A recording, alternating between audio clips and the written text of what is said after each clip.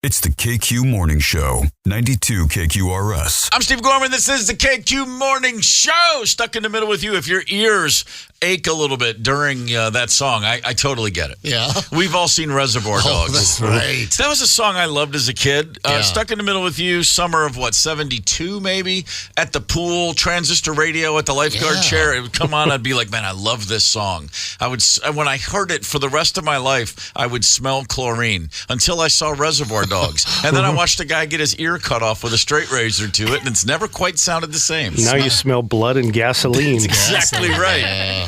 Yeah, good old Quentin Tarantino, just ruining lifelong favorite songs for everybody. It is Monday, October the 28th. We're very, very, very glad to be back after a hell of a weekend. Maybe, I don't know. I'm trying to think of what was so great about it.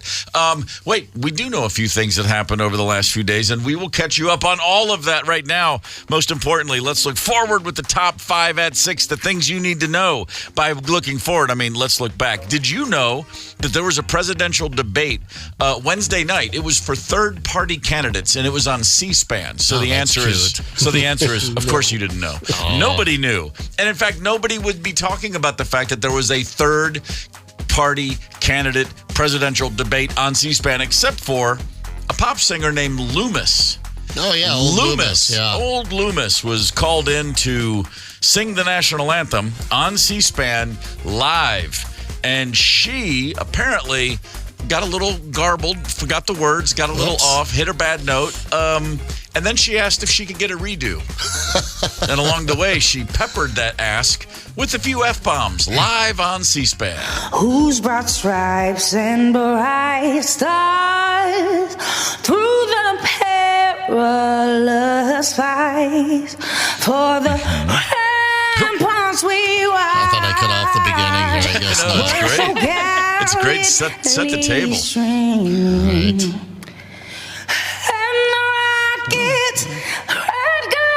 There's Loomis. Can I go back? Can I go back, please? Okay.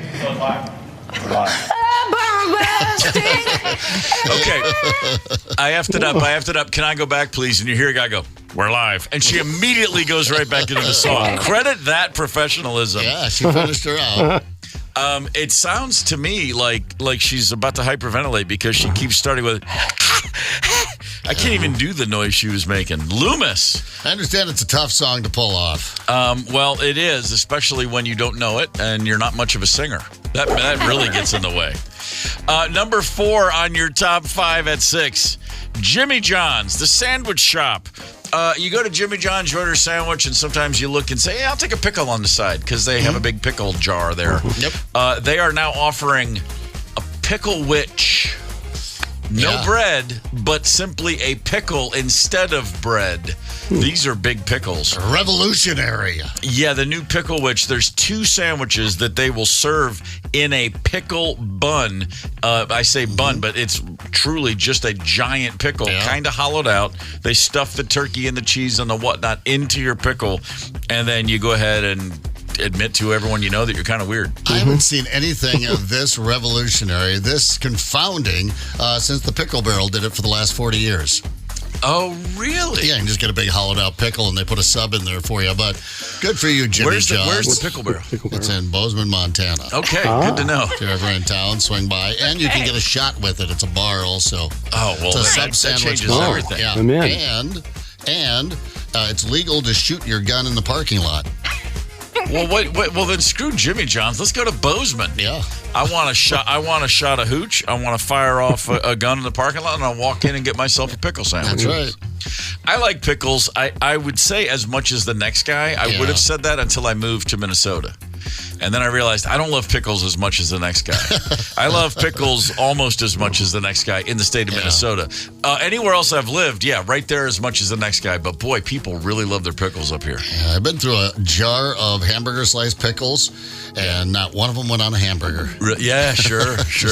Eat them like chips, man. I remember the first time it occurred to me that there were 2 types of pickles, because I grew up in a dill pickle house, and one day my mom bought those those sweet pickles or Ick. whatever you call them. I've never felt more like betrayed by a maternal figure in my life. Yeah. Oh, they're horrible. It's just like, what in the hell is wrong with you? You want the sweet and spicy. What is that famous Dave's pickle? Yeah, those are good. Those will work. They've got a little zest and then Get that kind of the sweetness in there gallon-sized too. jug at Costco. Oh. Yeah, I'll just eat those right with a big spoon. That was just over the last few years that pickles became this trendy phenom. Oh, really? Yeah. Okay. Yeah. Minnesotans weren't always pickle crazy. Well, as far as I know, they have been. Go ahead and rewrite history all you want, Tony Lee, but I'm telling you that as far as I know, this place is pickle crazed. Number 3 on your top 5 at 6, Minneapolis-St. Paul, the Twin Cities metro area, as they call it, is, according to Rent Cafe, one of the most livable cities in the U.S. In fact, the 4th most livable city in the United States. If you have a lot of money. Well, here's Otherwise, how you've they got to live with the rest of the slobs. Here's how they come up with. They call it a major cultural hub. 14th, it's ranked 14th in quality of life, 15th in socioeconomics. Metro area has a strong focus on hospitality and physical well-being. All that to say, it all adds up to apparently the 4th most livable metro in 2024. Number 1 on the list, Portland, Maine. Oh, all right. Okay. Maine. All right. I've been there maybe a dozen times. I honestly can't remember a thing about it. All comes to mind when you say Portland, Maine, is the truck driver from Minnesota that was headed for Portland, Maine, but ended up Went to Oregon. Yeah, went to Oregon. Yeah. One real beef here. Lincoln, Nebraska, they say is number 2. I'm not going to comment on that. Again, been there, don't get it. But number 3 on the list, Des Moines, Iowa. All right, now I'm getting pissed off. Ryder? How did we lose to Iowa? Thank you. Thank you. I'm not quite sure about that. Anyway, that's Rent Cafe. If you want to go online and let them have it, feel free. Yeah, and feel free to live in Des Moines. Des Moines. Yeah. Number 2 on your top 5 at 6. I don't know what you were doing Friday night, but my God, for a baseball game that nobody really needs to care about, it's the Dodgers and the Yankees, and we don't care. Good Lord, Freddie Freeman, 10th inning, first pitch, grand slam walk-off to win it. That is right away. But the ball hadn't landed before it was like, we'll be watching that highlight for 50 years. Fun fact, I fell asleep at the top of the 10th inning. Oh, did you? I was watching the game. I'm on the couch, and I woke up, and it was over. And I was like, oh, man, I wonder what happened. And then I saw it, and I felt kind of bad. I jumped in on the bottom of the 9th. Nice. Yeah, I was just like, oh, shoot, the World Series on. I forgot all about it. I forget what I was doing on Friday night and turned it on and went, we got a little bit of a ball game here. And then, Oof. So everybody's comparing it. Of course, Kirk Gibson famously in 1988 he was injured. Freddie Freeman's got a bad ankle. 2 guys with leg injuries doing this. Yeah. Both of those home runs happened at 8:37 p.m. Pacific time. No kidding, really? I thought that was kind of interesting. Yeah, kind of. It is. Kind of weird. The ghost of Tommy Lasorda still hanging over the baseball World Series. 2-0. Good morning to our friends in, wait for it, Zepp, West St. Paul. Oh, there you my go. God. I lost my virginity at West St. Paul days. Just this past June. Man, it was a long time coming. One of the better fireworks displays I've seen, though, this summer. I saw this summer, rather, but I've seen ever, was in West St. Paul days. So, wait. Nice. Figuratively, as in you lost your virginity and you saw fireworks? Yes, that's right. No, Nice. I did not lose my virginity over there. I just ended up over there. They have a big food truck, West St. Paul days. I don't know what to tell you about it. I just dashed in because they had like 20 food trucks over there and 2 of my favorite food trucks. Number 1 on your top 5 at 6, a giant loss in the world of, I can't really say rock music, but touring live music. The Grateful Dead, the most successful touring band of all time, original founding bassist Phil Lesh died over the weekend. He was 84 years old. If you're a bass player, sorry, but if you are a bassist, you have taken something from the Phil Lesh playbook, whether you know it or not. He's as iconic and as impactful and influential a bassist as has been, I would say. I don't know a bassist in any realm of music that doesn't go, Phil, and then they just go down the Phil Lesh rabbit hole with you. Is that when you walk away from the conversation? Always. Yeah, no, no, I avoid bases like the plague. But you know, the Grateful Dead, there are now 2 original members still kicking, Bob Weir and Bill Kreutzmann. Mickey Hart, who's been one of the longest serving members, but he was not there at the very, very beginning. He's still with us. And of course, every musician worth their salt on earth spent the weekend on social media trying to process what Phil Lesh means to them. Godspeed, Phil. The guy truly played. He played music because he thought music was magic and music was medicine, and it was both for him and for all of his fans. And he would jam with anybody. He ran a club out in just outside the Bay Area there, the Terrapin Station play. He opened up his Crossroads, whatever it was called. But he's a guy who would sit in and play with anybody at all times. He encouraged people just pick up something and make noise. That's what we're trying to do. Yeah. We're trying to just create.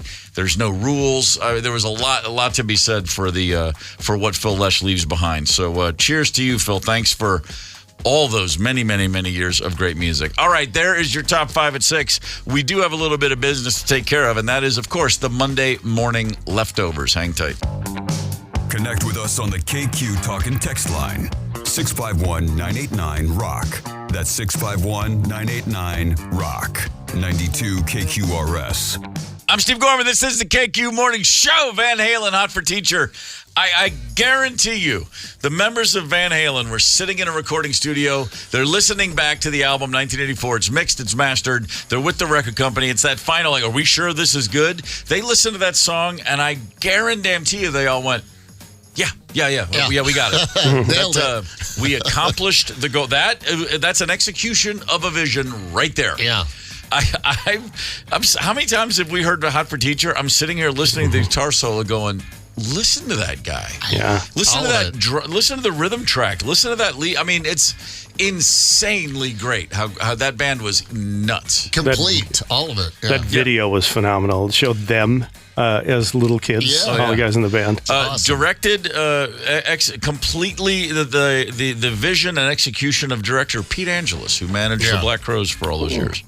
That's where he came from, the Van Halen camp. He did all their videos. He was their lighting director. Ended up managing. I mean, he kind of had a bit of a hell of a run. But Hot for Teacher was up for, as were several of their videos, Video of the Year on MTV. Never won one. The David Lee Roth, Gigolo, California Girls, all those crazy videos, never once got Video of the Year. Really? And then at some point, though, they gave him we just got to give this guy an award for just because they're all great. And they keep, it's like Hot for Teacher comes out, but then Sledgehammer, and it's like there's always like some other video that's like, are you kidding me? And you got a participation trophy. Yeah, pretty much. They were like, hey, sorry, we keep screwing you out of these.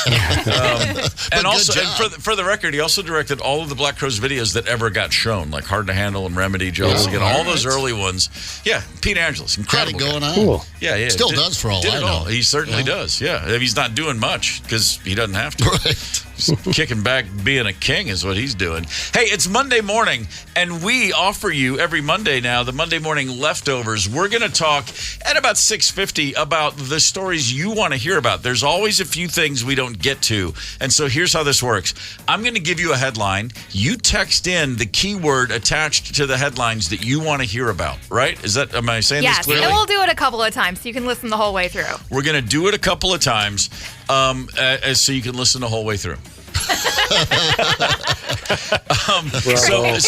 Did you hear that echo, Tony? Pro's pro. The KQ Talk and Text line 651-989-ROCK. You text in the keyword, and then Ryder will check out the poll results, and then we'll determine at 6:50 what we're going to talk about. Here's our first headline: Study says teens want less sex in movies and TV. No kidding. Boo. The keyword there is sex. Well, I mean, we had to get ours from the movies, right? My God, I do. Yeah, it's all on your phone right now. Maybe they're just spoiled. I think that's what it is. Number 2, the second headline: Bakery ruins gender reveal. These are my kind of people. The key word is cake. If you want to hear that story, text cake. Here's another one. 16% of Americans have lived in a haunted house. Ooh. Okay. Text the word ghost to 65198 and rock if you want that one. Here's a story. A drunken driver blew right through an Omaha cemetery, desecrating grave sites. That's not funny. There's a Halloween story for you. Better than putting someone in the grave. The key word is grave for that one. American Airlines will now shame people who try to jump the gate boarding line. I thought you were going to say for buying a ticket on American Airlines. No kidding. If you want to hear that story, you text the word fly. Here's another one. Bees cause resident to set his own house on fire. Yes. The key word there is fire. I've had a house full of bees, and I would have happily burned that sumbitch down. Finally, Halloween celebration in Maine drops a 1,000-pound pumpkin on a car. The word there is splat. So again, study says teens want less sex in TV and movies. Text the word sex. Bakery ruins gender reveal. Text the word cake. 16% of Americans have lived in a haunted house. Text the word ghost. Drunken driver in the Omaha cemetery. Text in the word grave. American Airlines will shame you. Text the word fly. Halloween celebration in Maine, 1,000-pound pumpkin. Splat is your keyword. And finally, bees, house fire. Text the word fire. Got it? Good. Get to work. Let's look back. On this day in 1973, here's a bizarre basketball story for you. The Los Angeles Lakers beat the Trailblazers in a regular season game. Gail Goodrich scored 49 points for the Lakers. But the real story was the Lakers center Elmore Smith blocked 17 shots. Sounds like a lot. This is the first year the league kept track of block shots as a legit stat. Up until then, it was just defense. Yeah. Oh, he played good defense. Yeah. First year they're ever keeping track, and in the first month of the season, Gail Goodrich sets a record that has never been broken. 17 block shots. Guys, you want to stop challenging Elmore Smith at some point in that game? No. How many layups do you feel the need to have blocked? Wow, what a ball hog. Let some other guys that's what I'm saying. Shots. On this day in 1995, the Atlanta Braves became the first team to win a World Series in 3 cities. The Boston Braves, 1914, the Milwaukee Braves, 1957, and the Atlanta Braves, 1995. Oh, they did win one. They did win one. Okay. Where was I? I was on the field celebrating with the team. No kidding. True story. Right there on the field. Please tell me you were in uniform. I was not. I really wish I were. I had a Reuters all-access media pass because I was running film for a photographer buddy of mine. Hey, you want to come and watch all the World Series games and be my film runner? And I said, what do I have to do? He goes, well, we'll be on the field. I went, yep. That's fun. Yes. I got a picture of me and Javi Lopez, Braves catcher, from the scrum. You know, they're still on the field celebrating. And I'm like, Javi, quick picture. He's like, okay, man. And we took the shot. The Atlanta Braves won a World Series. 1995. Okay. All right. Yeah, you're damn straight. By the way, that was in the middle of a NL East 11-time champion run with one World Series to show for it. It's the KQ Morning Show, 92 KQRS. You're listening to the KQ Morning Show. Steve, Zep, Tony, and Ryder on 92 KQRS. I'm Steve Gorman. This is the KQ Morning Show. It is Monday, October the 28th. Good morning. If you're Eric Clapton and you're putting a new band together and you're going into the studio and you meet Dwayne Allman, it's a good thing to go, hey, do you want to come jam? Eric and Dwayne just getting some work done with Layla right there. That's always my favorite Eric Clapton period. The Derek and the Domino stuff. Top notch in this one man's opinion. It's Monday morning. Therefore, we've got to get through some Monday morning leftovers. And we put it to you, the listeners. You texted, thank you, yet again, a plethora a bounty of text messages coming in for the stories that you guys would like us to share with you. The third most requested song from our list of headlines, a Halloween celebration in Maine dropped a 1,000-pound pumpkin on a car. The Damarascata Pumpkin Fest. Damarascata. I'm not sure how you say it. In Maine, they do a pumpkin drop every year. They take a really large pumpkin and they put it on a crane. They raise it high in the air and they just drop the bastard right on, in this case, A 2009 Mercury Sable. This is why you grow those big-ass pumpkins. I wonder what that sounded like. That's the sound. That's what you think a punch sounds like in a bar fight. It doesn't sound like that. No. But a pumpkin hitting a Mercury Sable, give me that one again. No one tried to catch it. No. I guarantee you, anybody that ever had a Mercury Sable was like, "Oh, I would have totally done that with my car. You could have taken my car in the middle of. I would have pulled over and just given it to you. All right. Drop a pumpkin on that bastard."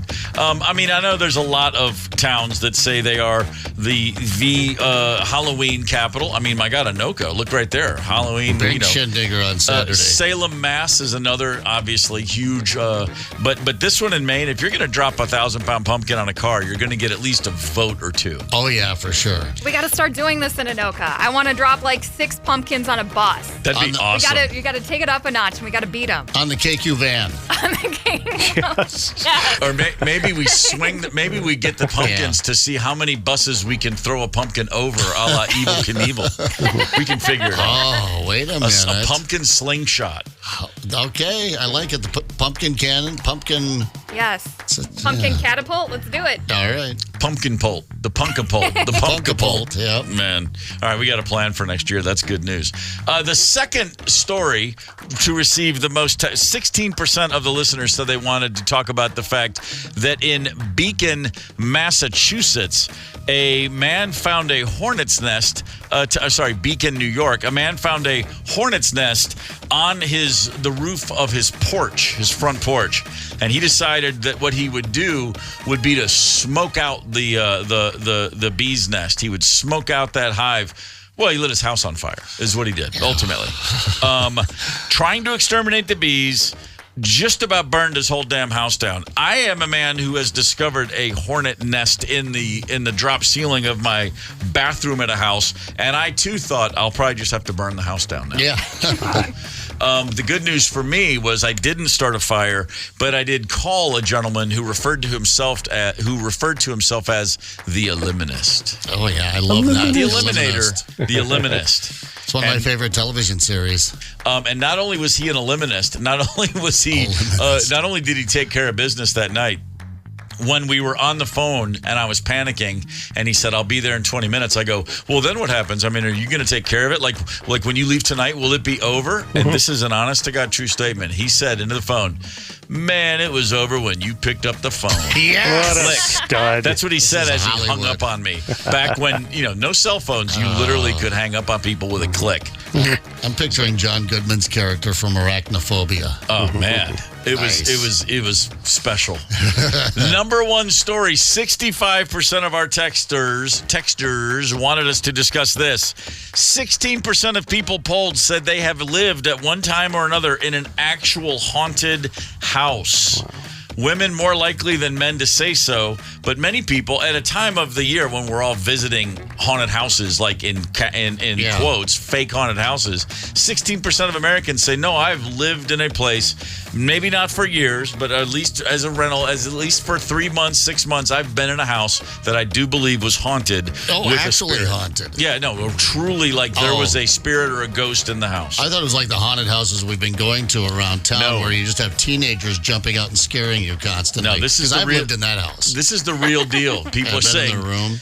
What's that? You go into the room. Yeah, it's terrifying. Yeah, it can be terrifying. But this is like, no, you're just laying there watching, America's Funniest Home Videos, and then you hear footsteps, that kind of thing. All right, just an actual house with a spirit. Tony, you believe in a lot of paranormal activity. Or you certainly have the extraterrestrial corner of the room locked up. Haunted houses, ghosts, spirits, apparitions, any experience? I got me a good hankering for a good haunted story. Yeah, I did. I lived in a haunted building in Northeast. So you're one of the 16%. Yeah, Stonehouse Square. It was used to be an actual nunnery.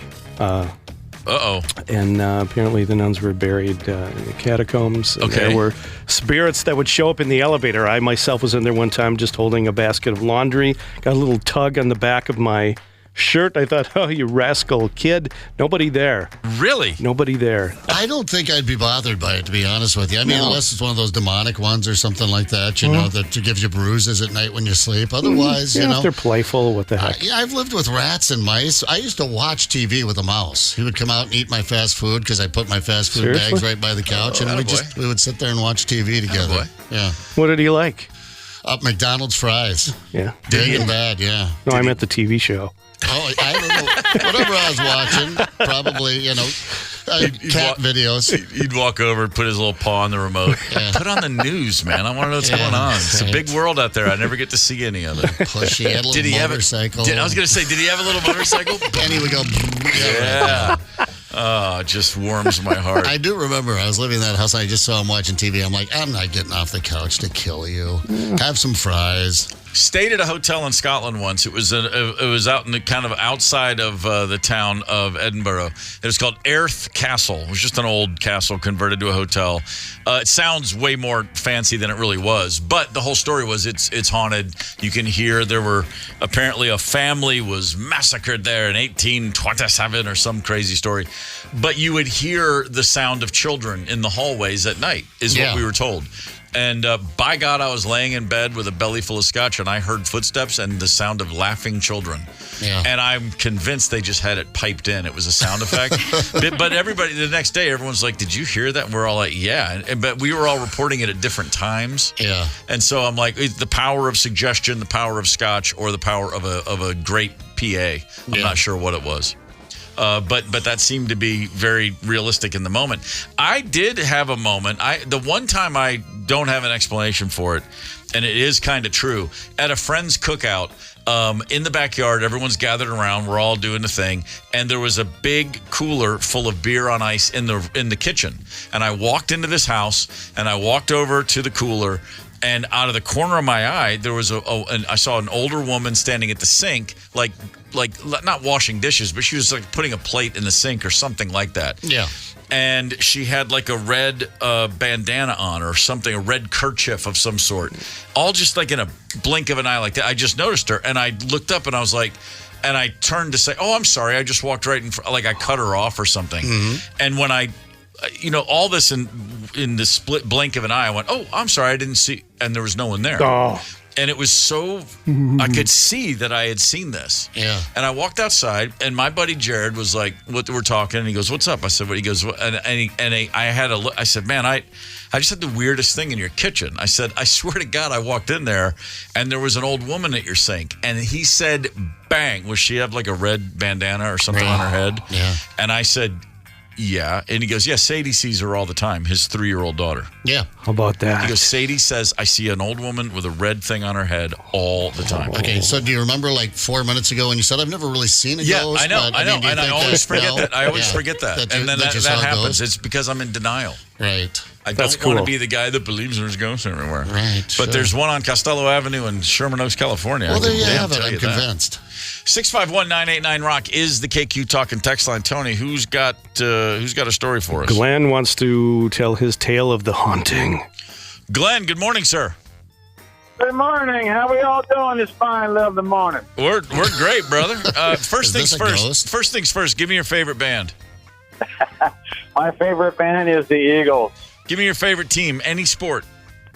The Philadelphia Eagles. I've been waiting. There it is. Eagles and Eagles back to back. Glenn, you're my man. He's just saying that because he knows I'll be excited. All right. Probably your worst nightmare in a few seconds here. Yeah, give me your ghost story, brother. So my lovely wife and I, we went up to Balding, Michigan. You can Google it. And back in the days, there was a train wreck. And through this train wreck, several people have, passed away. Okay. And they call it the Balding. It's Balding lights. You can stand here on the bridge and you can watch. It's like, back remember in the days where the conductor would like have his light out there, flagging it back and forth. Yeah. For the train to be okay. Days, yeah. Well, you stand there on that bridge and you look down that railroad track certain times of the night and you see silhouettes of human beings being down there walking around. and we thought it was a myth. So my lovely wife and I went up there. We sat on that bridge, and I had my binoculars and everything. We went out there in the daylight hours and raked up the land, so it was all, raked up, so there was no footprints in it. And we sat on that bridge, and about 10 o'clock at night, we seen these lights glowing out there on the railroad tracks about a half a mile down. All right. And I'm looking and looking and looking, and I see silhouettes of human beings, walking around down there, and I'm like, what the hell's going on? So later that day, we went back down there again, and there was no footprints anywhere in the fresh land that I raked over. And we inquired with the city, and the city, there's a big write-up about it. They call it the Balding Lights. You can Google it, and you can find out. And it is, my skin's crawling right now as I'm talking about it. I'm getting goosebumps just thinking about it. All right. Hang on. It's okay. Just take a deep breath. I did Google it while you were talking. I'm looking right at it. The Balding Light up in the UP. All right, Glenn, you've successfully freaked us all out now. Excellent. No footprints, teenagers. It goes back to the mid-'60s when a lot of teenagers were getting into a lot of trouble. At least that's how I remember. Smoking reefer. See? Yeah. That's what it was. Glenn, thank you for the call, brother. We appreciate it.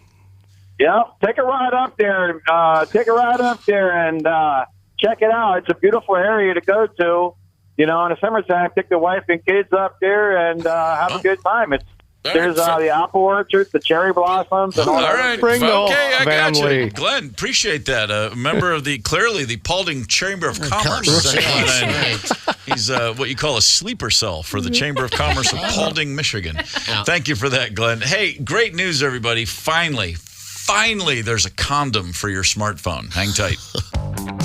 Connect with us on the KQ Talk and Text line. 651-989-ROCK. That's 651-989-ROCK. 92 KQRS. Good morning. I tell you what, every now and again, a story comes across the desk here, and it just gives us all peace of mind. It eases these concerns. You know how it is when you're out and about, you meet someone and you hook up, and then you're like, oh, damn it, they posted nudes of me again that I didn't want posted. Yeah. And you think to yourself, if only there was a condom for my smartphone. What? If only. What the hell am I talking about? There is now Camdom. Yeah. CAMDOM. The Camdom is a new device. A German company has developed this. It's an app, I should say, and they are describing it as a digital condom, and that is exactly what it's for. It is supposed to protect its users from non-consensual nudes. So the thinking is this: you're out and about, you're a man or a woman on the town, you meet somebody, you say, hey, let's go back to your place. Let's go to my place. I'll have some strudel. And you go home, and then you end up naked, and then you end up bopping around all night. What if the person, when you least expect it, has their camera out and takes a picture? Non-consensual nude. I'm flattered. You're flattered, but some people are actually not thrilled with the concept. Prudes. And so if what are you doing? That's risky sex. What are you doing out there? Come on. So, but if both participants have the app, and if both participants activate it, then the app will immediately shut down their devices from recording any photos or video or anything. It basically, it's like you could just agree to turn your phones off, but this is one step further, which says, no, if you pull out your phone, thought I was going somewhere else. If you pull out your phone and you open it up to take a camera, a video, or a photo, or use it for any online activity at all, an alarm will go off, and my phone will alert me. It's like these people are having sex in different rooms. No, you're in the same room together. Right. Well, it's that doesn't at all kill the moment of a hookup when you have to ask the person to stop and download an app. And then let's register. They're going to need your email. And then do you have to link to my phone? Why don't you just sign in using my app? You know what? I've got porn on my phone. I don't need you. Yeah. I guess the conversation has to happen back at the bar, which is, do you want to come with my place? Yes, I do. Well, do you have the Camdom app? Here it is right here. And before you get too far, before you even paid for drinks, make sure you both have the app. Turn it on. Yeah. I guess. Because women could get guys to do this, and that's probably the thought here, is that guys would be the ones typically taking these photographs, and then she ghosts him, they don't want to get together, and he gets pissed off. It's called revenge porn. There's laws against it in most states, and you post this stuff online, or maybe you just send it around to your friends. So she goes, I'll take you back to your apartment and bang you, but you've got to download this. A guy will sit there and do anything. He'll download an app, he'll give her his social security number, whatever it takes to get that good time. Well, I mean, I will say, videos or audio or photos posted without your consent, that's going to be terribly distressing. That's a real concern, I think, because there are people who will do that. But this just seems to be, hey, you know what? Better than nothing, I guess. But I'm just, to your point, I just want to see the conversation. I want to see people, hang on, pull your phone out. What about your iPad? Is that an iPad over there, or are you just glad to see me? And then you got to deal with that. You got to shut down everything. The Billy Boy Condom Company is one of the backers of this. The Billy Boy statement was, we have been known to protect people in the analog world. We want to take the next step and protect the digital generation. The analog, that's now what we call just hooking up, the analog world. Yeah, when you just do it with your wiener. Yep. Well, that's one log.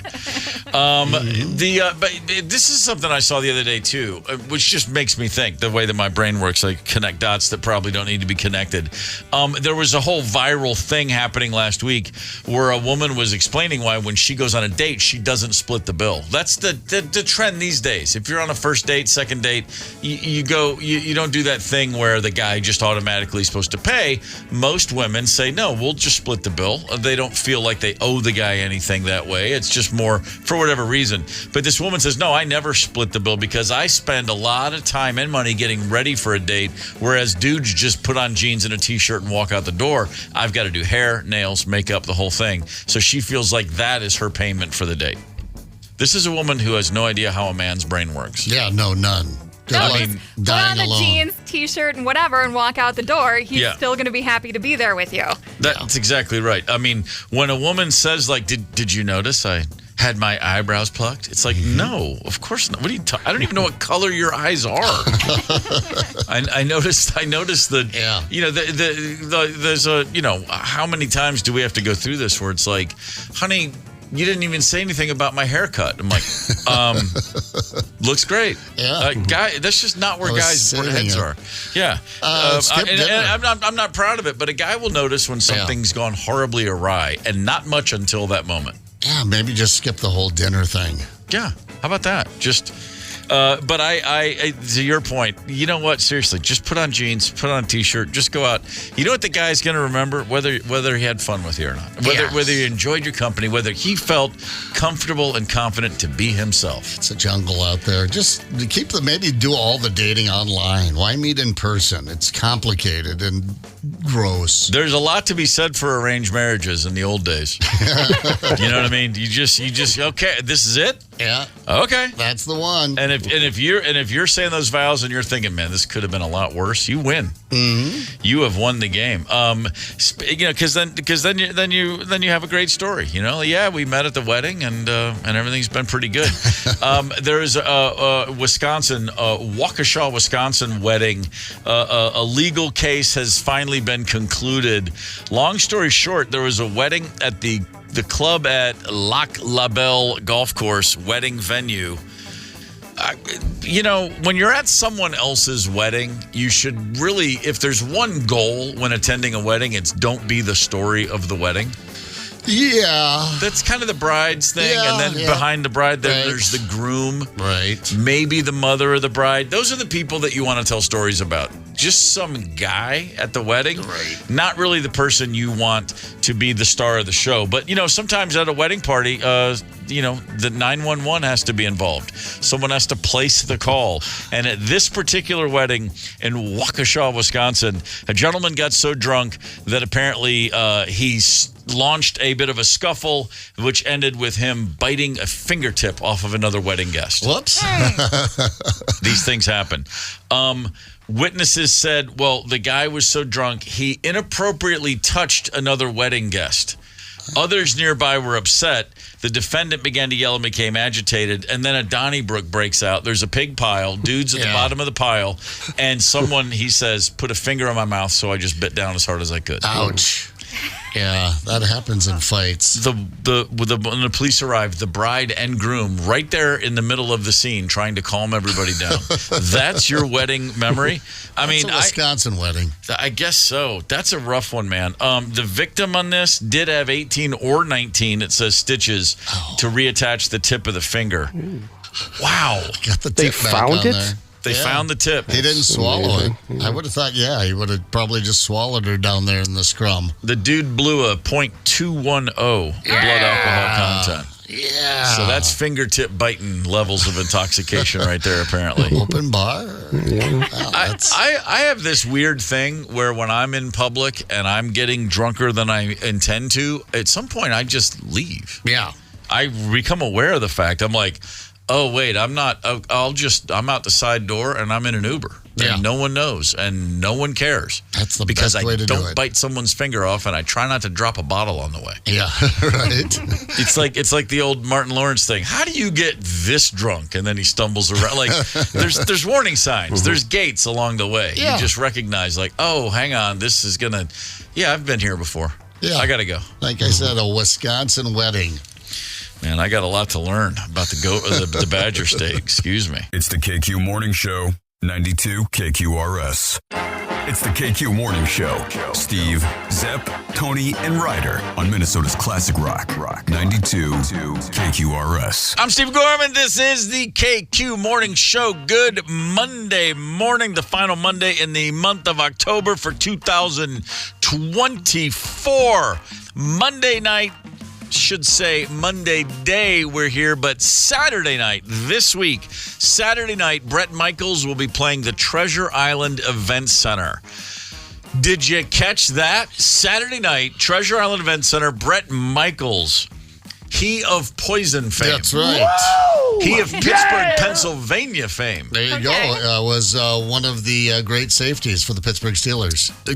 Incredible career. Yeah. Bret Michaels, one hell of a guy, is at Treasure Island Event Center, and we would love to give away a couple of tickets. In order to do so, we need 2 callers, specifically callers 9 and 2, who call into the KQ Talk and Text line 651-989-ROCK. 651-989-ROCK. It's Monday. We're giving away tickets. Ooh, I see a toaster on the counter. So get on the horn and get yourself in contention for Bret Michaels tickets. Saturday, Treasure Island Event Center. And while we're awaiting callers 9 and 2, can I just say a hail and hearty good morning, tip of the cap, and a slap of the back to Minneapolis, Minnesota. Slightly worse to live in than Des Moines, I guess. Yep. If you're in Des Moines, you got it good. If you're in Minneapolis, you got it almost as good. Almost as good as Des Moines. The entire Twin Cities metro area, as it turns out, the 4th best place in America to live, the 4th most livable part of the country. Number 3, Des Moines, Iowa. Yes. Go figure. I'm going to need to hear some Iowa jokes to make me feel better about this. Like I'm having a rough morning. Why do birds fly upside down over Iowa? Why do birds fly upside down over Iowa? What is it? Because there's nothing worth crapping on or something like that? I think that was my Iowa jokes, they're a little rusty. Okay. We got time. Here's what I know about Iowa. I don't go there. No? No. I just opt to drive avoid around it? I just go around it. Yeah. Yeah, if I got to go to Kansas City, I take the long way. There's something good that came out of Iowa. What's that? 35. Yeah. Come on. Now we're swinging for the fences, ladies and gentlemen. Minneapolis, great town. Very proud and happy to be a Minneapolis resident. Excellent. I'm dead serious. If you say so. I love it here. Sure. I know you do. Yeah. I'm having a great time. I'm coming up, by the way, I'm coming up on 2 years here. Yeah, I That's know. kind of freaky. I mean, the other day, driving down University, I looked up and I was right around the corner from that graduate hotel right there on campus. That's right. And that's where you and I first met to sit down and have one, which turned into 9 beers, and talk about all that was about to happen. That's right. That was a good old fashioned drink up. Yeah, good old snowstorm going outside. There's something about it snowing outside and sitting in a bar. Yeah. I used to work my ass off to get to a bar in a snowstorm. Much harder than I would ever work to get to, say, work or school. Sure. Yeah. Sure. Right, but you know what? That's really, you're dead on something. When you're in a bar and you're looking out at snow, there's few things in life better. Yeah, I used to fantasize that we're not going to be able to make it home. We're all going to have to stay here all night. Yeah, sure you and do. drink because the coppers can't get there to shut us down. That's right. Man, I love a good bar on a snowstorm night. All right, well, we got a couple callers locked and loaded. We're going to give away Bret Michaels tickets. Tony, take it away with what we have to play. Let's play. All right, kids. Well, you know, it is time again to beat the toaster, and here's what we're going to do. There's a toaster right here in the studio. It's all shiny and pretty. We're going to pop a slice of bread in there, then we give you a category that requires some thought, and you list and name spontaneously whatever pops into your head, as many as possible, but you only have 15 seconds to do it before the toast pops. Very, very eloquently stated. Tony, let's get to it. Who is contestant number one? To begin, let's seek out the magic that is Dan from St. Paul. Dan, good morning, sir. Good morning. Dan, give me your favorite band. Tom Petty Heartbreakers. Right on. Give me your favorite team. Any sport. Minnesota Wild. I like it. Tom Petty and the Wild. Let's do it. Dano, you know what we're playing here. It's Beat the Toaster. Round one is ready to roll. Good luck to you, sir. Thank you. Dano, we're going to sprinkle some Halloween flavor on the toast. So that's what our questions and categories will revolve around. Your first one is to name some costumes that would really be unscary, costumes that would not cause fear. Go to it. A wild player, a football player. Let's go with a doctor. Nah, they're scared. Nurse. Friend. What was that last one? Friend. Family, I think. Was it? I don't know. What? Let him say. I wasn't paying attention. I think he said friend. Yep. A friend? Yep. Yes. That was it. All right. Well, let's see. Wild player, football player, doctor, nurse, friend. I'll give you 5. Yeah, I got 5 in there, too. I mean, the only thing, well, if you dress as a friend, people will have to say, well, what are you? I mean, but that's okay. That it still fits. Maybe he meant David Schwimmer. Oh, wow, exactly. maybe Schwimmer. Although this year maybe it would be more Matthew Perry for Halloween. Oh, absolutely. All respect. Dead Matthew Perry. Yeah, that's what I'm saying. Yeah. I mean, full respect intended. Dan, 5 out there for round 1, sir. Very well played. We're going to put you on hold. Tony, who's contestant number 2? Step up the lovely Kristen from Lake City. Kristen, good morning. Good morning. Kristen, who's your favorite band? Billy Strings. Billy Strings, right on. Give me your favorite team, any sport. Green Bay Packers. Oh, boy. Oh, cripes. Okay. Well, we were. You had me at Billy Strings. All right, then. So we're playing Beat the Toaster. You know what to do. Good luck to you. Thanks. All right, Kristen. So give us things you could give to trick-or-treaters that they would reject, things they definitely would not like. Go. Toothbrush, floss, toilet paper. Oh gosh, medication. Grass. Oh, that's that. What was the first one? Yeah. Was there something before toilet paper? Potato salad? No, it was toothbrush. Oh, toothbrush. I heard toothbrush and floss. Oh, toothbrush and floss. Okay, great. It was. I say. So I got toothbrush, floss, toilet paper, and then I believe medication. Yeah. Well, hey, let's not be so hasty. Medicine cabinet. I mean, it depends on the medication. If it's Zymbalta, then yeah, sure. All right, so that's 4, Kristen. Well played. Oh. That first round is always a little tough. But that's okay. That's why we play 2 rounds. So hang tight, Kristen. We're going to go back to Dan for his round 2. Dan, you still with us? Yes. All right, let's rock it, brother. All right, we got us a battle. Dan, so if they actually did come back from the dead, what are some places that you probably wouldn't even notice a zombie? Go. Grocery store, hospital, a cemetery, mortuary, a morgue. Let's go with Oh, sorry. A student in Dinkytown crossing the street. No Phone in kidding. hand, yeah. Morgue, mortuary. Is that, different words? Is that the same thing? What's the difference? I'm confused. One's mortuary. spelled with a G. No, I got it. Yeah. A grocery store. I like that one. You never know what's going on back there in the produce section. Yeah. All right, so that's another $5 right there, Dan, Nice. for a total of 10. Well played, sir. You're sitting in the in pole position, or the catbird seat, if you will. Kristen, it's time for round 2. You're going to need 6 to tie, 7 for the victory. Good luck. Thank you. I believe in you, Kristen. Now that you're all grown up, what are some things that scare you as an adult? Go. Finances, mortgage, doctors, cars, maintenance.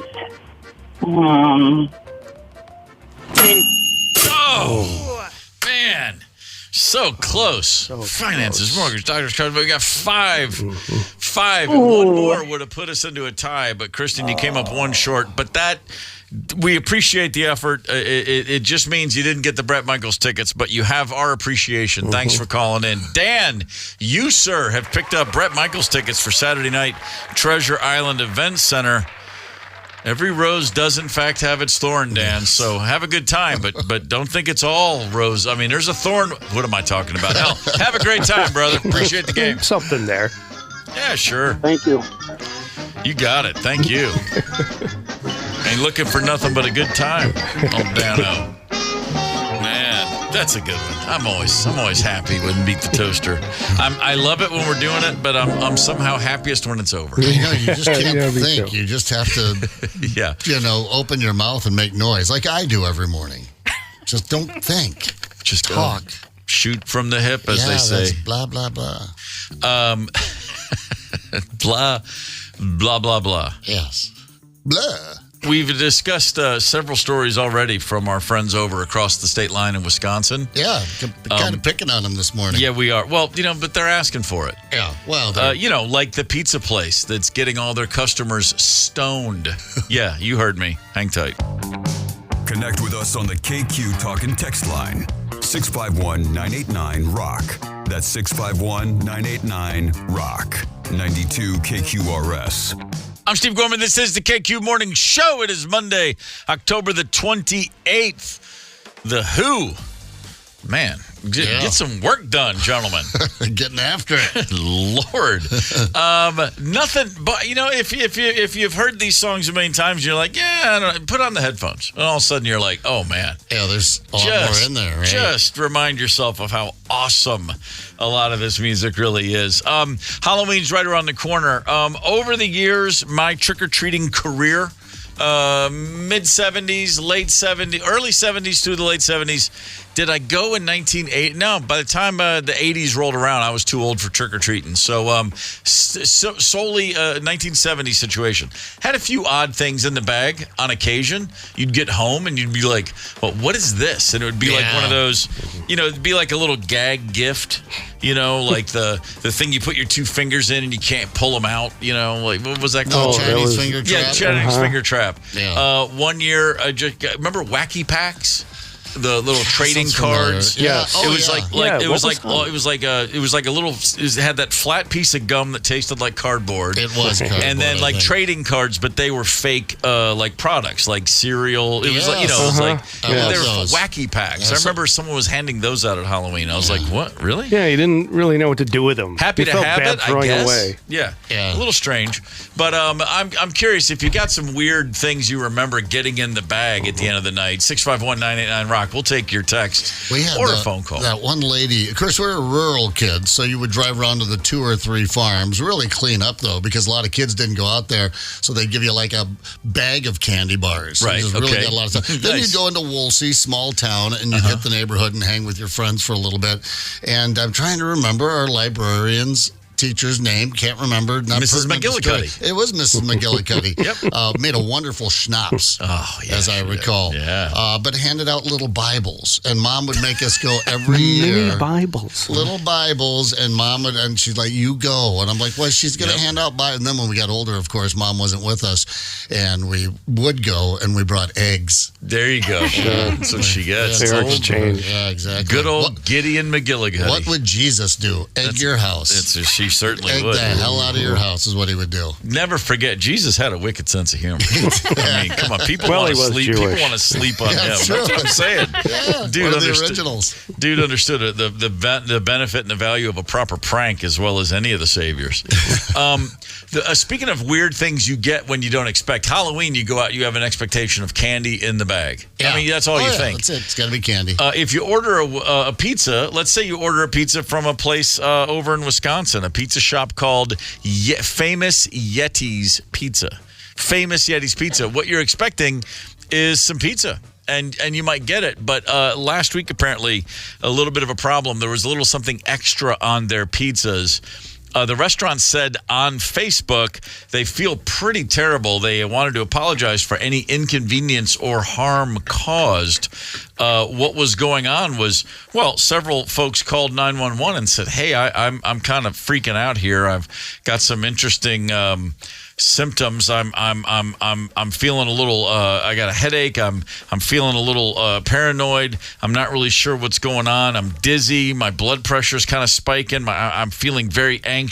Basically, what they were all saying was, I got a little THC going. Yeah. All the symptoms of people who are a little too stoned. Luckily, they had a pizza with them. The EMS workers are like, "So what have you been eating? What have you been drinking?" And they all said, "Famous Yeti's Pizza had it in." Here's the deal. Long story short, the restaurant admitted a batch of their dough was mistakenly prepared with Delta 9 contaminated oil. It's contaminated? Contaminated. What was the contamination? With the Delta 9. I don't. Liquid THC. Someone were to order that. Oh, sorry about that. The oil was put together. Another business shares the same distributor, apparently. And this pizza place got the wrong oil. They put it in their dough, and boy, were they getting their customers stoned to the gills. And apparently. losing money. You want to charge a lot more for that THC pizza. You certainly should. They said, listen, we feel really bad about this. We did confirm the oil used in the product originated from a shared storage space in the on-site cooperative commercial kitchen. That's what it was, a shared storage space. You got to check the oil. Double check the oil for being laced with something that will make your customers sick. I don't think someone was at home making some cookies and all sorts of fun stuff and went, this oil sucks. It's not getting me high at all. They got the Yeti oil, you know. It could be worse. There are worse things you could find on your pizza. I was, and I know that because I worked at several pizza joints over the years. One night, very late, I worked at a pizza place open till 2 a.m. 6 nights a week, closed on Mondays. In there, probably 1:30. You're already cleaning up. You're hoping no one else will turn up. A guy walks in, very agitated customer, and he comes up and he goes, "I need a slice of cheese pizza. Give me a slice of cheese pizza." Like, really angry. Yeah. And I started to turn on him and give him "Hey, dude, take it walking. I don't need your book." And the dude I was working with, a guy named Sid goes, "Okay, I got it." He goes, "You'd like a slice of cheese?" And the guy's like, "Yeah." And he's pounding on the desk, like, "Give me it." He's completely out of his mind on some sort of intoxicant or 2 or 3. And Sid goes, "Yeah, no problem, man. I got you. Have a seat. I'll bring it right to you." And he takes the slice, a cheese slice, and he's going to turn and put it into the oven to heat it up. And he looks at me, Sid, my coworker, and goes, "Did he want an oyster on that?" And I said, "What do you mean?" And he went, Every time you guys do that. and just dropped a large flum oyster right on the slice, stuck it in the oven. What? It was bubbling and glistening, and he took it out. He brought it over to the guy, and he said, "Hey, it's on us, man. Last pie of the night, you got it." And the guy sat there, A, ate it without noticing, but B, he ate a slice of cheese pizza with a fork and knife. So that's how you know he was out of his mind. Classy. That's how you knew he was a mess. Remember we had an employee here that used to eat their candy bars with a fork and knife. I assume that's what you guys did with every pizza, and If you threw attitude, sure. I will not order a pizza. No? Frozen is the only way. I won't order it from a restaurant. I won't take it to go. I won't pick it up because you don't know. Because I would say probably 90% of the time, employees are spitting, throwing oysters. Really? Or either scab falls off. I remember walking into a place, it's no longer open. It was called Cosmic Pizza. And I walked in and you could see the kitchen all the way to the back. Yeah. And I just turned around and walked right back out. You think the frozen process is flawless? You are sadly mistaken. At least it's frozen. It kills all the germs. Exactly. So is an oven. No. Because you can hawk a loogie on a pizza after it's cooked. Right. And no one's going to know. It's a pizza. You look at it, a loogie would look just fine in there. Never order pizza, ever. Really? But that doesn't apply. But burgers you're fine with, a plate of nachos you'd go with? All good on that stuff, not pizza. Wow. Won't do it. All right, fair enough. Good to know. I mean, as far as not, if I don't want to have to pick up the check, I know what to order. Or wait, Pizza. I'm getting that backwards. What am I doing? Right. There's got to be an advantage to knowing that information. With a loogie on it. That's right. Hey, speaking of food, KFC, the good people at Kentucky Fried Chicken, they have teamed up with a company called Hatch. Hatch is a sleep company, and they have created a new white noise sound. Have you seen these apps people use to go to sleep to? There's one that's called white noise. You just set up, they have all these different sound effects, like a rain stick or rain on a hot tin roof or whatever, the ocean waves, babbling brook, a ceiling fan, a babbling brook. Now they have one that's the sound of chicken being fried. I can see how this would be soothing. But soothing, it's going to get me out of bed looking for some chicken. There is a 20-minute clip on Spotify with the company called Hatch, wellness company Hatch. You can drift off to sleep thanks to the soothe sound of frying. You know why that's not effective for anyone who's actually fried chicken? Because if you fall asleep with chicken in the deep fryer, you're looking for trouble. That's like saying you can fall asleep to the smell of a freshly lit cigarette in your bed. You're just asking to be awakened with no. It's going to trigger the fact that you're going to be freaking out. Yeah, I don't think so. And plus, the smell of fried chicken, the sound of fried chicken without the smell of fried chicken, that's just like doing someone dirty. Come on, at least give me that glorious, glorious odor. Yeah. I mean, their hearts might have been in the right place, but yeah, I don't think so. Not fried chicken. The idea of a big old plate of fried chicken right before bed, that doesn't, and I'm a guy who likes a late night snack. Yeah. Not to your level, right. Mr. Night Eater over there, but went fried, through 5 chocolate chip cookies last night. Really? Yeah, 5. Not little ones, big ones. 5. Oh yeah, I got up this morning burping chocolate chip cookies. Attaboy. Man, whatever it takes. Funny, we were talking about things that you find in your Halloween trick-or-treating bag. Oh yeah. We're seeing a few people submitting. This is unreal. Potato salad in a plastic bag. Potato salad in a plastic bag. I'm assuming like a Ziploc bag or a sandwich baggie. All right. No, that's not going to get the job done. Happy Halloween. Are you supposed to be Batman? Oh, that's so cute. Here's some potato salad. That potato salad, 9 times out of 9 would have ended up right on the windshield of the person who gave it to me. Yeah, right. Exactly. Absolutely. That's going on your car, would dude. Have pelted your car, your house, whatever you got. The big Check bay this window one out. One year, I got an actual cat. I still have him 17 years later. What? Cat in a bag. Cat in a bag. Huh. What could go wrong? Yeah, that's how you get rid of those mistake kittens, I guess. I guess Everybody gets a cat. You guys like those goldfish crackers? Anybody likes those? Yeah. This person got live goldfish, not even in plastic bags. They just dumped the fish into the bag. Or is it a fraternity or what? Man, what's going on there, man? That's pretty good. That's a. Someone texted in, try handing these out. New Dole mini salad fun size. Oh, okay, it's not real, but it looked like the little packet of like a little green salad in a bag. I thought that was actually a thing. No. That's a pretty good one. No. Here's a good one. A pack of cigarettes for my dad, who was with me. Well, that's nice. It's thoughtful. We have. I remember down in Prior Lake, the dads would take the kids out, of course, for the trick or treating. We'd get a convoy going of dads. Sure. And everybody would you'd go to the house and the beer for the dads. The kids would go up, and as the kids headed for the next house, dads would make a line for the dads, and everybody get themselves a brew. Got to do that.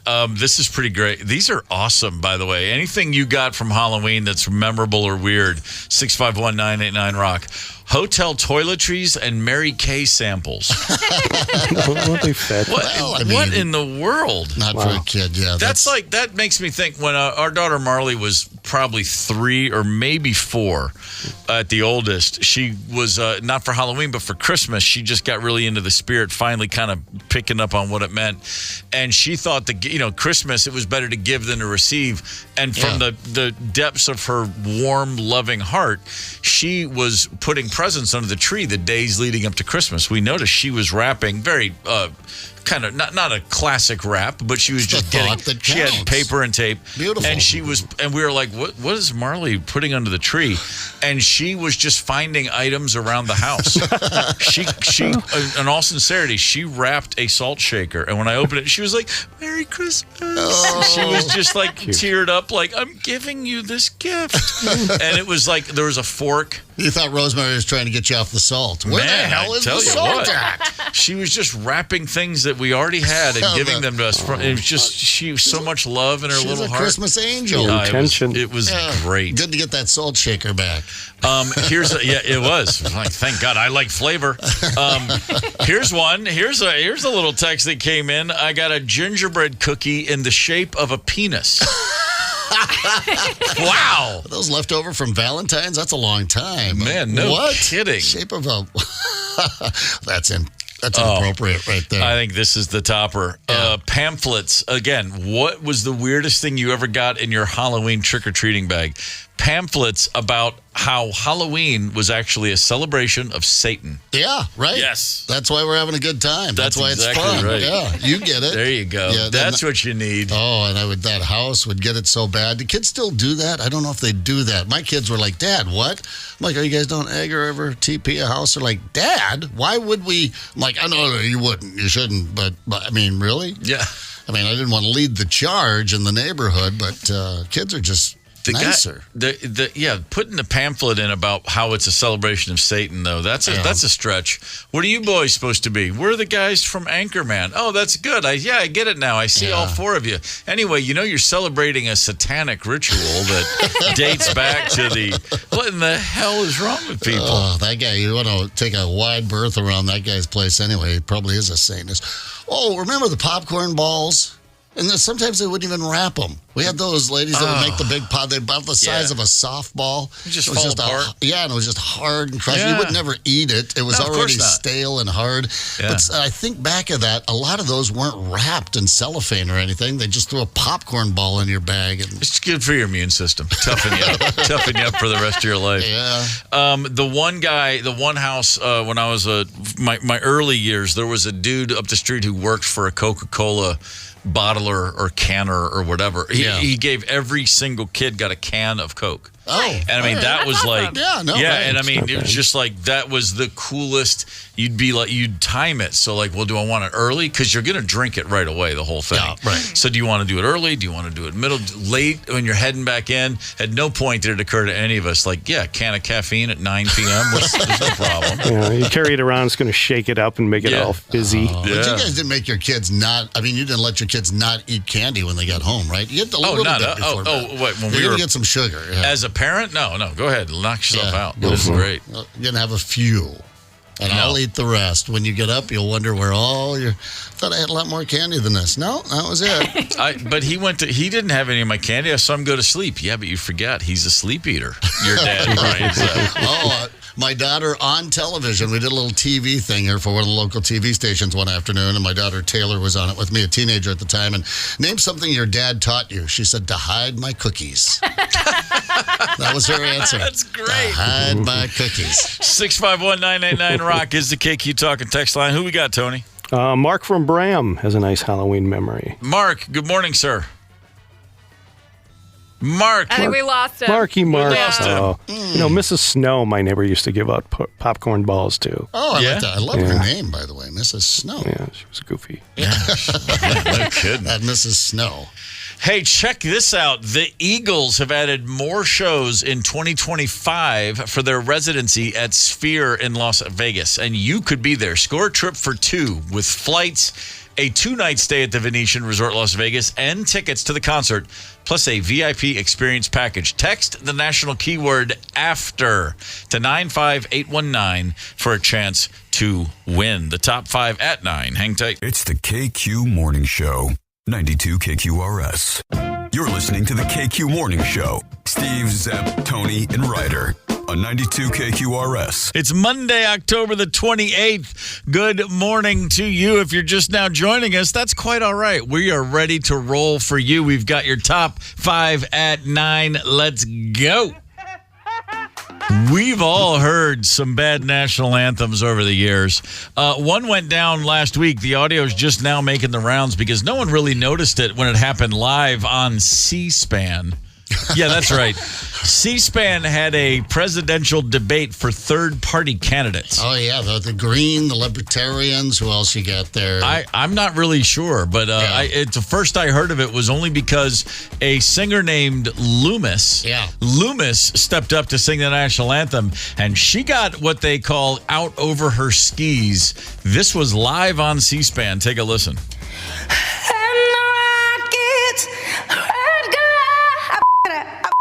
Can I go back? Can I go back, please?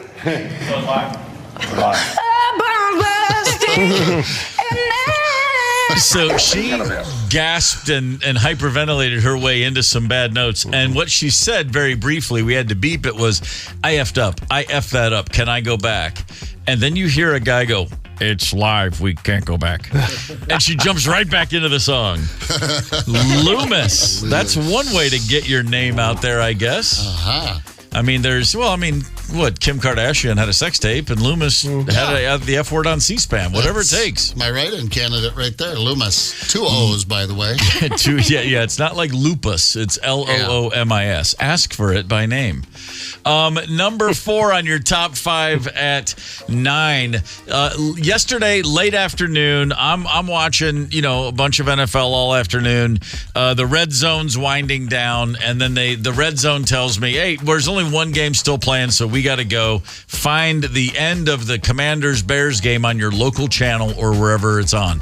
And I'm like, okay, let me see what's happening in Landover, Maryland with those Chicago Bears, those pesky Marauders from the NFC North. The Bears had mounted a big comeback to score 15 unanswered points to take a 15-12 lead. The Chicago Commanders, who have the absolute no questions asked rookie of the year, Jaden Daniels, as their quarterback, they have the ball on their own 35-yard line as time is expiring, and Jaden Daniels put himself into the all-time highlight reels. They'll be showing this one in 50 years. The Jaden McDaniels scrambled around for 13 seconds after the snap. That is impressive in itself. Then he throws the ball about 60 yards in the air. Yeah. And as you heard, so there's a scrum down at the goal line. As we've all seen Hail Marys before, there's a big scrum. It gets tipped out of the middle of the scrum into the hands of receiver Noah Brown. I did see someone already said that pass will now forever be known as Noah's Ark, which is kind of funny. Yeah. But here's the thing. There's a defensive back for the Chicago Bears named Tyreek Stevenson. He tipped the ball. You're supposed to bat it down. Yeah, don't ever tip in the end zone. He jumped over the top of several of his teammates and got his hand to the ball, which just elevated it behind him where there was an unmarked Commanders receiver waiting to just take the touchdown pass. But here's the thing. Tyreek Stevenson, before batting the ball in the air to the opponent, had been taunting the fans in the stands. He's picked up on other camera angles. So I mentioned Jaden Daniels scrambled around for 13 seconds. 65 yards away from the end zone. Yeah. While that was happening, this defensive back had his back to the play, taunting the fans in the stadium. Yeah. Pointing, making gestures, mocking them. You can look way over his shoulder, and there's a whole scramble happening 65 yards away, and this guy is just laughing it up, and Commanders fans. I've never seen anything like it. During the play. During a Hail Mary, not getting into position, and then he scrambles back into position, like you say. And he turns around, has time to run across the field and jump into the scrum where he tips the ball to the Commanders receiver. He tipped the ball to the Commanders receiver. I mean... have fun in the film room. I can't imagine he won't. I wouldn't have gotten a plane. I just would have went straight to Canada, to the Rough Riders, and said, "Hey, you guys need a DB." I imagine. I'll be shocked if he dresses for the game Sunday. And if it's the Bears, if this were the Belichick Patriots, he would be off the team already. He would have been. They would have dropped his ass last night. It's incredible to watch that happen. It was fun to watch that happen. It's great. I mean, it couldn't have happened to a better team. No, it was. It was really great to see the Bears think they pulled this miracle comeback off. Wow, 15 straight points. Good job, guys. No, you forgot to not have the last guy in the field be your guy. Take that, Chicago. Number 3 in your top 5 at 9. The Twin Cities metropolitan area, Minneapolis, St. Paul et al. Are the 4th most livable city in America. That is according to Rent Cafe. They ranked cities. They looked at a whole host of things: quality of life, socioeconomics, general livability. They consider this to be one of the great major cultural hubs with more than 30 colleges and universities. The cost of living in the Twin Cities, 6% below the national average, goes a long way towards saying, hey, this is a great place to live. We are number 4. Number 3, however, and here's where we have to start picking bones: Des Moines, Iowa. What the hell? What the hell, indeed. It's been a while since I've been in Des Moines. What did I miss? Nothing. Yeah, you didn't miss a damn thing. I don't know what's going on in Des Moines. My brother lives down there. There's a bake sale, I believe. I think there's a river, but it's not the Mississippi, is it? I don't think it is. Well, over on the the bluffs over there on the east side of the state that runs. Yeah, but that's not Des Moines. No, that's not Des Moines. I don't know what's going on in Des Moines. Very livable, I guess. I guess Rent Cafe is a Des Moines web. Is it possible that they're from somewhere? The number 1 city in America, they're saying, is Portland, Maine. Number 2, Lincoln, Nebraska. So this thing's completely. Lord, I don't. Yeah, what ranker? Now I'm just embarrassed to be on this list. Yeah, I was just going to say, you don't even want to. I mean, it's an anomaly. You got Lincoln and Des Moines, and then the Green Twin Bay, Cities. number 9. Green Bay. All right. Well, I mean, it's a fine town. I'm one of the few people who can say I've been to Green Bay once in my life, but didn't go to Lambeau Field. No. No. That's the only reason I've been to spent the day in a casino. These things happen. Number 2 on your top 5 at 9. The World Series is going on. The Dodgers of Los Angeles have a 2-0 lead over the New York Yankees. Game 3 will be tonight in the Bronx. But in Chavez Ravine, Dodger Stadium, Friday night, in case you missed it, another one of these plays that will be on highlight reels for literally ever. Freddie Freeman of the Dodgers comes up to bat in the bottom of the 10th inning with the bases loaded. Like Kirk Gibson in 1988, limps in, can barely play. He's got bad legs, and Tommy Lasorda famously stuck him in, and he got a home run to win Game 1 of the World Series. The same thing just happened Friday night. Freddie Freeman, who rolled his ankle last week. I mean, if you see the injury where he ran past first base and rolled his ankle, I would assume you just think like they had to remove his foot. Like that's what I would do if it was me. But he walked in there, first pitch he saw, he was looking for it, brought it deep to right field, a walk-off, the first ever walk-off grand slam in World Series history. Yeah, no, that's impressive. Had a big game too as well. Yes, he did. And his dad was there for Game 1. That's pretty cool. Pointed to his dad, He said afterwards, he said, this isn't my moment. That's my dad's moment. That's the guy who pitched to me in the backyard my whole life growing up. That's the guy who taught me how to play. Freddie Freeman, a California native who famously plays international baseball for Team Canada. His parents. Wow, that party died. No. His parents are both Canadian. F. Freeman. His mom passed away. She died when Freddie was 10, and he does it to honor his Canadian mother. Wow, I've got nothing. No feelings now. Go Yankees. No, come on. First time I've ever said that in my life. Fred's a good guy. Yankees. Freddie Freeman famously won a World Series with the Atlanta Braves a few years ago, and then after the series, and everybody knew he's going to be so expensive now, the Braves probably won't be able to afford him. He goes up to the Dodgers, who can afford anything. Yeah. And then the story broke. Freddie said, I want to stay in Atlanta. I want to be a Brave my whole career. And then the Dodgers backed up a Brinks truck. And then after he signed the deal, word came out that his agent actually did receive an offer from the Braves and did not share it with his client. Oh, really? Yeah, and I don't remember how that actually, I'm just now remembering that. It was a big thing, like you're going to lose. You can't be an agent if you do that. There's laws in place to make sure. And so anyway, he ended up in L.A., and I'm sure he's happy about that now. Yeah, no, that worked out pretty good for him. Pretty incredible. I would like to say, if you don't mind, a hearty good morning to our friends in Chaska, Minnesota. Chaska. Yeah. The Cricket Pint. You're down there. You're playing a little, I almost said broom ball. My God, that takes me back. You're doing some curling down there at the Cricket Pint in Chaska. You've got Taylor. You've got Paulie. You got Steve. And you got Wyatt. Any one of them will serve you an ice cold beer. That's nice to know. Got to know the bartenders there a little bit. Right on, Chaska. Good morning. Number one in your top 5 at 9, the biggest news out of the world of music over the weekend. Phil Lesh died. He was 84 years old, the founding member of the Grateful Dead, bassist extraordinaire. Musicians from all genres of music have been paying tribute to Phil Lesh over the weekend. A very unique player, to say the very least, but an all-timer, to be sure. Anybody who ever saw the Grateful Dead has a story. I don't know that it's possible to have seen the Grateful Dead. Dead and Company's fine. The other ones is good. All the offshoots. But the actual Grateful Dead, when Jerry Garcia was still there. So if you saw them before 1995, I don't know anyone that doesn't have a story. That's just one of those experiences for a certain few generations of music fans. I only saw the Dead twice, and both times I came away. I don't have time, but just crazy things happened at Dead shows. Funny things happened. I just think about how many people Phil Lesh was a part of a musical experience for decades that millions of fans vaguely remember, but remember warmly. Yeah, I mean, it's my God, that's the most wasted crowds I've ever seen. No doubt.